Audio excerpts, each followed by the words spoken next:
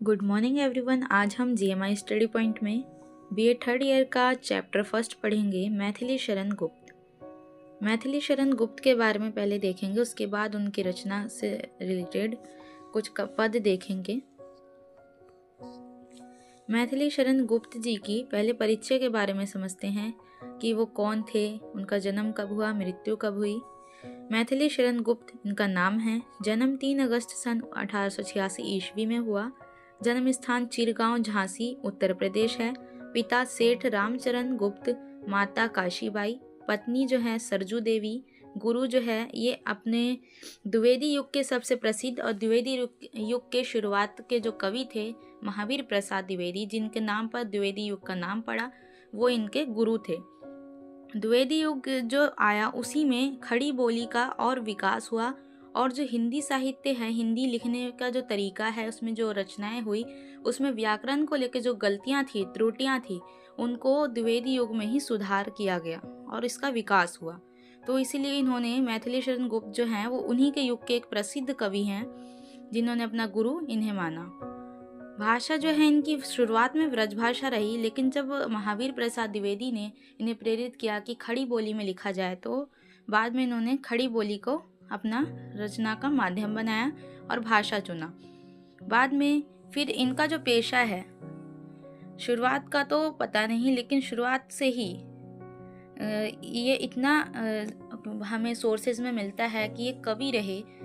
धीरे धीरे इनके जो नाटक थे, इनकी जो लेखनी थी, और ऐसे ऐसे विषय चुने इन्होंने जिससे इन्हें ज़्यादा प्रसिद्धि मिली और ये राजनेता कहलाए और देश के राष्ट्रीय कवि बन गए और महान नाटककार और महान कवि कहलाए। 12 दिसंबर सन 1964 में इनकी डेथ हो गई, मृत्यु हो गई। इनको जो पद मिला हमारे देश में, राष्ट्रीय कवि और एक सांसद का पद मिला।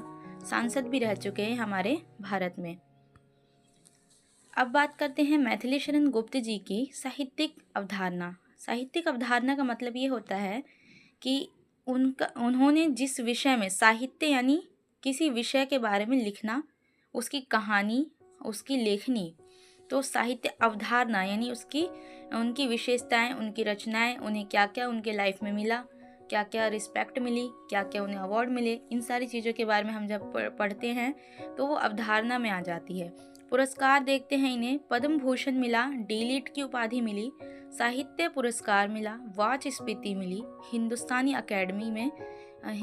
अकेडमी नाम का एक पुरस्कार से इन्हें सम्मानित किया गया।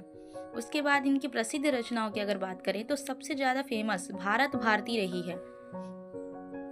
सबसे ज़्यादा फेमस इनकी रचना भारत भारती रही है बच्चों, जो आप याद रखना, ये इन्होंने लिखा था 1912 में। ये आपका हर एग्ज़ाम में ये क्वेश्चन पूछता है। मैथिली शरण गुप्त जी का हर एसएससी हो या नेट की अगर आप तैयारी कर रहे हो, नीट की, तो उसमें भी आपका ये क्वेश्चन आता है एंट्रेंस में कि भारत भारती कौन से सन में लिखा गया था। बहुत ज़्यादा डिप्थ में आती हैं इनकी कविताएं और उनकी रचनाओं के बारे में, मैथिली शरण गुप्त के बारे में, तो ये सबसे इम्पोर्टेंट है। नेक्स्ट हम यहाँ देखते हैं जयद्रथ वध साकेत।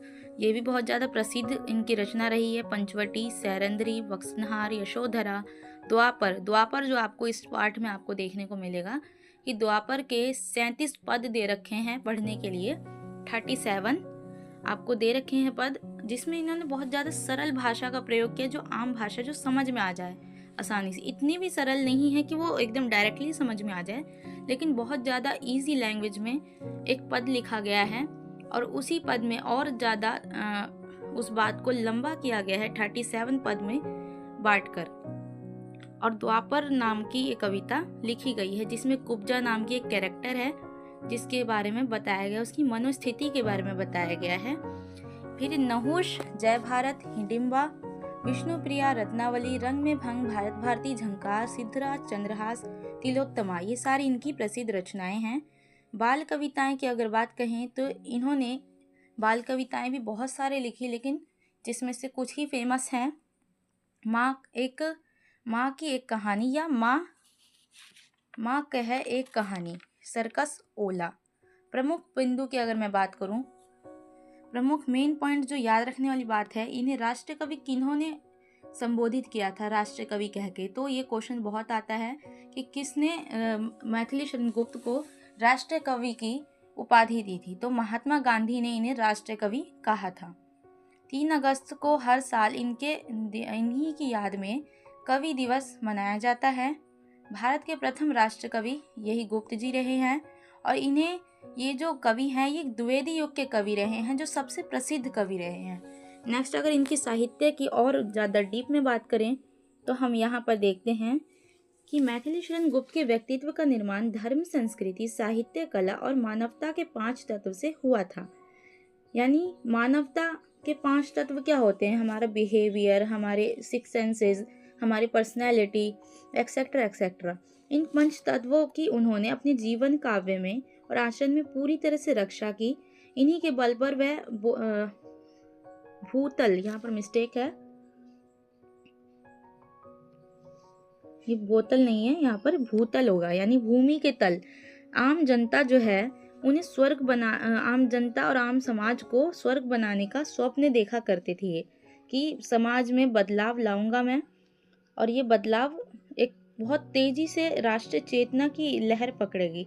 ऐसा पहले तो सोचा नहीं होगा, लेकिन जो समाज था उस वक्त का, 90s के वक्त का, जब आज़ादी भी नहीं मिली थी हमारे भारत को, तब इनकी जो रचनाएं थी उससे राष्ट्रीय चेतना जागी आम जनता में। यूँ तो आप मैथिली शरण गुप्त जी के बारे में बहुत सारी चीज़ें पढ़ेंगे, आप बहुत सारी वीडियोस भी आपको मिल जाएगी, लेकिन मैं जो आपको बता रही हूँ वो JMI की बुक के अकॉर्डिंग बता रही हूँ, क्योंकि JMI का जो सोर्सेज है और जो स्टडी मटेरियल है वो अवेलेबल नहीं है यूट्यूब पे। सो मैंने जस्ट ट्राई किया है। आई होप कि आपको ये वीडियो अच्छी लगे, हेल्पफुल लगे, और अगर वीडियो पसंद आए तो चैनल को लाइक एंड सब्सक्राइब करना और शेयर करना, ताकि ज़्यादा से ज़्यादा स्टूडेंट स्टडी मटेरियल उन तक पहुंच सके और वो नॉलेज को गेन कर सके।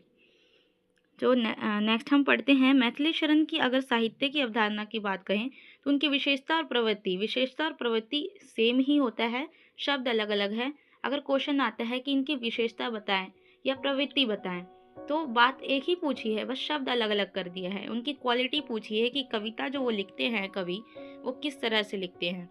तो गुप्त जी जो है वो राष्ट्रीय का स्वरूप रखते हैं अपनी कविताओं में। यानी मैंने जैसा अभी पहले भी बताया कि उनकी कविताओं में ऐसी ऐसी वो बातें लिखते थे, इस तरह की रचना लिखते थे कि लोगों को अपने देश के प्रति सम्मान और जागरूकता आए उनके मन में, और उनकी कविताओं में राष्ट्रीय चेतना का अनुभव हम कर पाते हैं। और तो और उनकी कविता जो है वो देशभक्ति, राजभक्ति, समाज को जागरूक करने के लिए और समाज में जागरूकता की भावना फैलाने के लिए ऐसे वो रचना लिखते थे। तो उनकी कविताओं को पढ़ के समाज में जागरूकता फैली।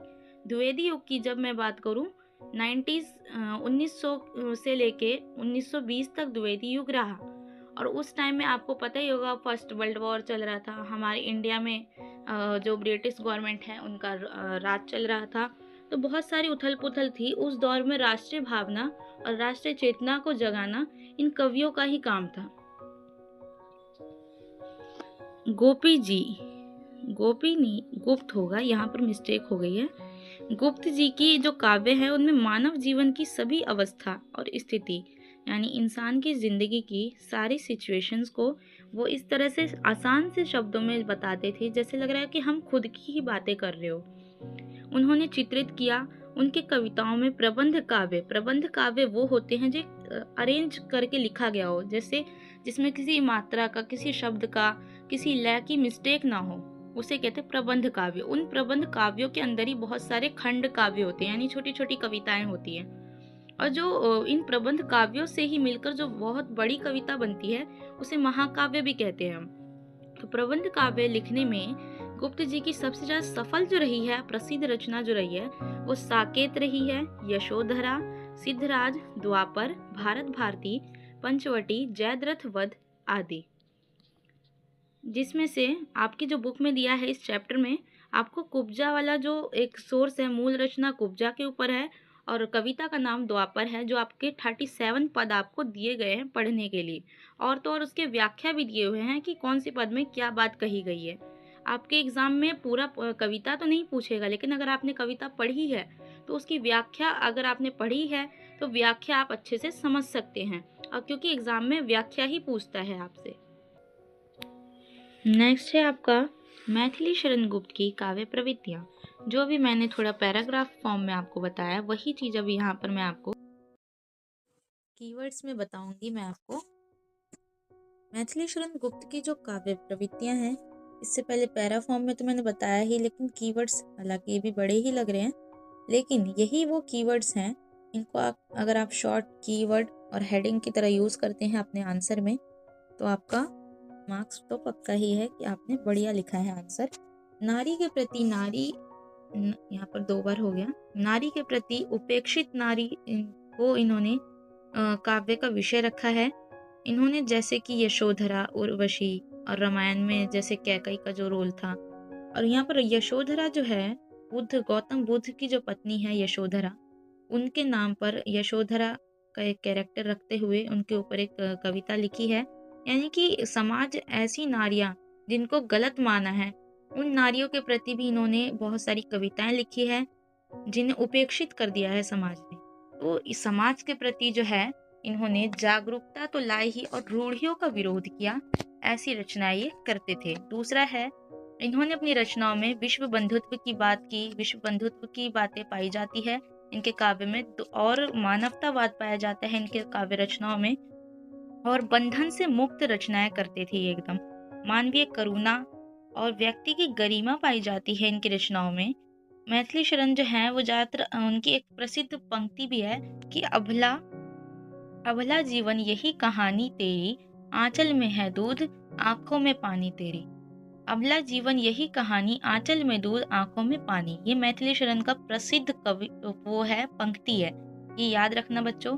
और इसकी विशेषता तो ये है कि भूलोक का गौरव थे ये, अतीत का वर्णन किया, राष्ट्रीय चेतना की भावना इन्होंने जगाई, और आदर्शवाद, नैतिकता यानी समाज को ये जो सही रास्ता दिखाने का जो कोशिश किया है इन्होंने अपनी कविताओं के माध्यम से, वो इनकी कविताओं में साफ झलकता है। और उपेक्षित नारी की बात करते हैं, सबसे प्रसिद्ध जो मैंने पहले भी बताया कि भारत भारती जो है 1912 में इन्होंने लिखी। उसके बाद इन्हें एक तरह से इनका युग भी बदल दिया इन्होंने। द्विवेदी युग में एक छा से गए, ये प्रसिद्ध हो गए ये कवि कि भारत भारती, जो भारत की जो स्थिति थी, अंग्रेजी हुकूमत के अधीन जब भारत जो था हमारा, तो उस दौरान जब ये कविता इन्होंने लिखी तो एक तरह से एक इनका दौर सा छा गया कि गुप्त जी ने ये एक अनोखा नया ट्रेंड ले आए। वो गांधीवादी विचारधारा को उन्होंने फॉलो किया। भारतीय संस्कृति में मर्यादावाद रचना वो करते थे। हालांकि उपेक्षित नारियों की ऊपर उन्होंने कविताएं तो लिखी, लेकिन मर्यादा को ध्यान में रखते हुए किया उन्होंने सब कुछ। भारत के प्रथम राष्ट्रीय कवि मैथिली शरण गुप्त हैं, जो सांसद भी रहे। 40 ग्रंथ इन्होंने खुद लिखे थे। अगर ये क्वेश्चन आता है कि कौन से कवि हैं जिन्होंने खुद के 40 ग्रंथ लिखे, तो वो पहले ऐसे कवि हैं गुप्त जी जिन्होंने 40 ग्रंथ खुद के लिखे थे। मूल ग्रंथ थे उनके खुद के, कहीं से कॉपी पेस्ट नहीं किया था उन्होंने। द्विवेदी युग के सबसे फेमस कवि हैं ये।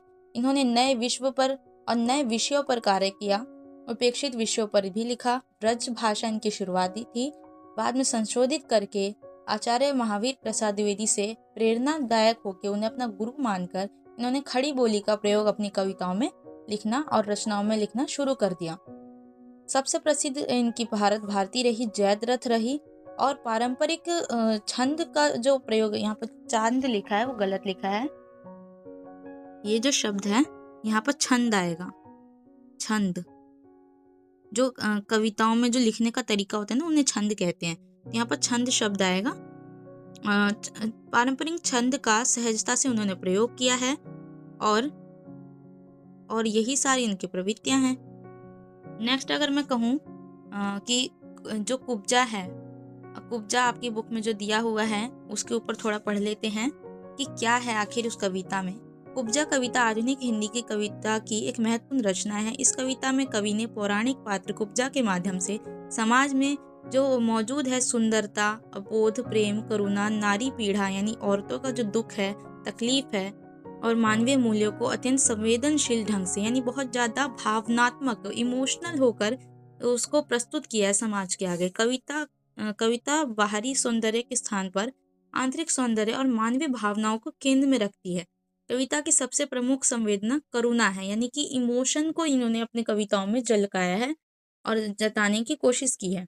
कुब्जा शारीरिक रूप से विकृत एक कुबड़ वाली स्त्री है जिसे समाज जो है वो तिरस्कार करता है, मतलब बेकार समझ के तिरस्कार करता है कि क्या मतलब ये कुछ नहीं कर पाएगी अपनी लाइफ में। कवि जो है पाठक के मन में, यानी इस कविता को पढ़ने वाले के मन में ऐसी स्थिति और ऐसा सेटिस्फेक्शन, हमदर्दी सा व्यक्त करते हैं जो उनके दुख को लगता है कि हमारा खुद का स्वयं का दुख हो, मानवीय दृष्टि से समझने की प्रेरणा देते हैं इस कविता में। इसीलिए ये कविता इनकी बहुत ज्यादा फेमस है और आपको पढ़ने के लिए दी भी गई है। कविता में प्रेम को केवल शारीरिक आकर्षण तक ही लिमिटेड नहीं रखा, सीमित नहीं रखा। उन्होंने बाहरी और मन की सुंदरता को झलकाया है और ना कि शरीर की बनावट से। ये प्रेम निस्वार्थ, यानी किसी स्वार्थ सेल्फिश पने से नहीं है, करुणामय है और मानवता से भरा हुआ है, यानी इंसानियत से भरा हुआ है, ऐसी ये कविता है। समाज सुंदरता को शरीर के आकार प्रकार से जोड़ता है, लेकिन इस कविता में उन्होंने ऐसा नहीं किया। उपजा इस सामाजिक सोच की शिकार है। कवि इस कविता के माध्यम से सुंदरता संकीर्ण सामाजिक अवधारणा का विरोध करता है। उपजा एक ऐसी नारी का प्रतीक है जिसे जीवन भर अपमान सहना पड़ता है, उपेक्षा की नजर से देखते हैं लोग, अकेलेपन का सामना करना पड़ता है। आज भी आप अपने आसपास सोसाइटी में देखें तो जो लोग थोड़े डिसेबल होते हैं उनको लोग गलत नज़र से देखते हैं, कहते हैं कि अपनी लाइफ में कुछ नहीं कर पाएंगे, कामयाब नहीं हो पाएंगे। आज के दौर में देखें तो ऐसे लोग फ़ायदा भी इस चीज़ का उठाते कि हम तो भाई मतलब स्पेशल लोग हैं। तो बहुत से लोग गलत हैं, लेकिन इसका मतलब ये नहीं कि सारे लोग गलत हैं। तो ऐसे स्पेशल लोगों के साथ इस तरह मिसबिहेव नहीं करना चाहिए। ऐसा ही इस कविता में हमें पढ़ के पता चलता है।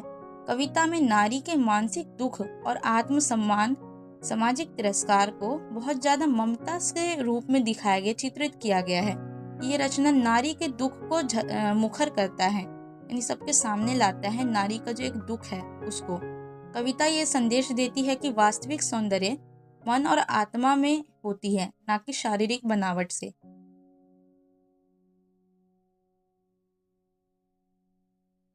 उपजा का हृदय प्रेम, भक्ति और समर्पण से भरा है। कवि आत्मिक सौंदर्य को शारीरिक सौंदर्य से श्रेष्ठ मानता है। कविता ये स्थापित करती है कि हर इंसान, हर मनुष्य, चाहे वो कैसा भी हो, सम्मान और प्रेम का अधिकारी है। शारीरिक दोष किसी भी व्यक्ति को छोटा नहीं बनाता। ये संवेदना कविता को मानवीय और सामाजिक दृष्टि से बहुत ज्यादा इम्पोर्टेंस देता है। उपजा का कृष्ण के प्रति प्रेम केवल सांसारिक नहीं बल्कि भक्ति भाव से जुड़ा हुआ है। आजकल जो लव स्टोरी है उसको लोग गलत नजरिए से देखते हैं, लेकिन जरूरी नहीं है जो जहाँ पर प्रेम की बात हो तो वो गलत ही हो। प्रेम का मतलब ये है कि आत्मा का परमात्मा से मिलन, यानी एक वो इनोसेंस हो सकता है, एक भक्त का अपने ईश्वर के प्रति हो सकता है। यहाँ पर ये बात हो रही है कि इस तरह के प्रेम की यहाँ पर बात की जा रही है। एक बच्चे का अपनी माँ से जो प्रेम होता है उस प्रेम की बात हो रही है। उस तरह की ममता से भरी हुई, मर्यादा से भरी हुई प्रेम की बात हो रही है। कवि का दृष्टिकोण उदार और करुणामय समतावादी है। कविता पाठक को बहुत ज्यादा इमोशनल कर दे रही है, संवेदनशील और सहृदय बनने की प्रेरणा देती है। इस कविता से हमें ये सीख मिलती है कि हमें हमेशा सिचुएशन को देखते हुए और किसको क्या कहना चाहिए सोच समझ के बोलना चाहिए, और हर व्यक्ति का समाज में, हमारी सोसाइटी में, हमारे आसपास जितने लोग रह रहे हैं उनका सम्मान करना चाहिए, चाहे वो किस तरह कैसे भी हो, डिसेबल हो चाहे जैसे भी हो। नेक्स्ट आपको इस कविता के वैसे तो 37 पद हैं, लेकिन यहाँ पर मैं आपको शुरुआत का एक पद बताती हूँ जिसकी व्याख्या अगर एग्जाम के पॉइंट ऑफ व्यू से देखूं तो पूछ सकता है और आता भी है।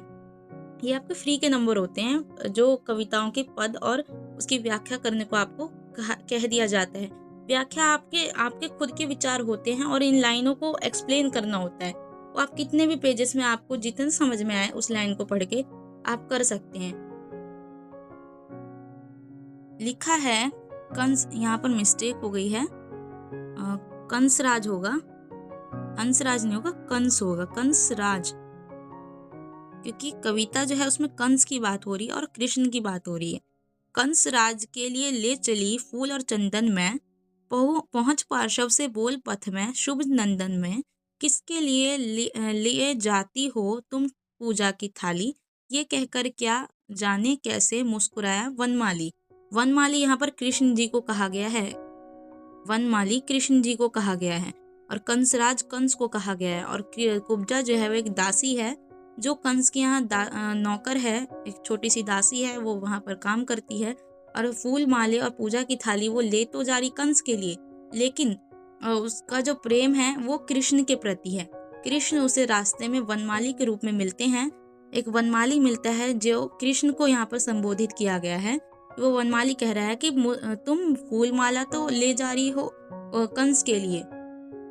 और वो मुस्कुरा के इस भावना से इस तरह से कहते हैं कि जो कुब्जा है वो कहती है कि यहाँ पर शुभ नंदन में, यह कहकर क्या जाने मुस्कुराया वनमाली। वो हैरान हो जाती है और वो मुस्कुराहट से उसे एक प्रेम सा प्रतीत होता है कृष्ण के प्रति।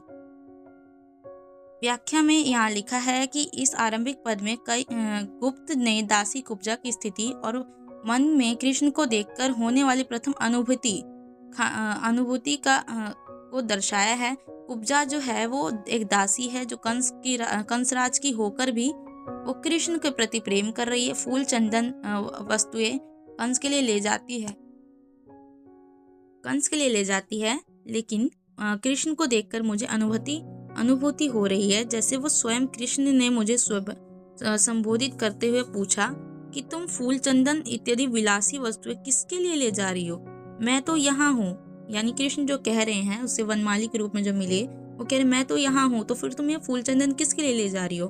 और कुब्जा कह रही है कि ऐसा कहते हुए वनमाली अर्थात कृष्ण अद्भुत ढंग से मुस्कुरा भी रहे थे, जिसे मैं अब तक नहीं समझ पाई कि वो मुस्कुरा क्यों रहे थे।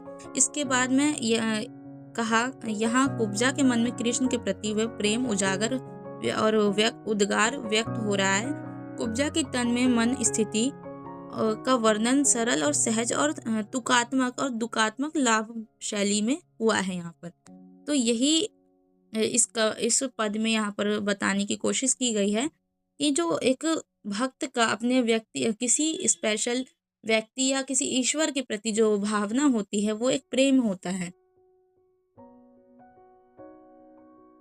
ये तो आई होप कि आपको ये अच्छा लगा हो, और मैंने अपनी तरफ से कोशिश की है कि आपको मैं ये कुब्जा जो कविता है वो समझा सकूं।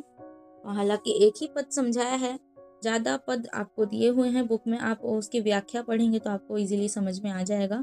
पूरी कविता हालांकि समझ ना आए, लेकिन व्याख्या अगर आप पढ़ते हैं तो वो आपके लिए ईजी हो जाता है। तो थैंक यू। नेक्स्ट वीडियो में मिलते हैं न्यू टॉपिक पर।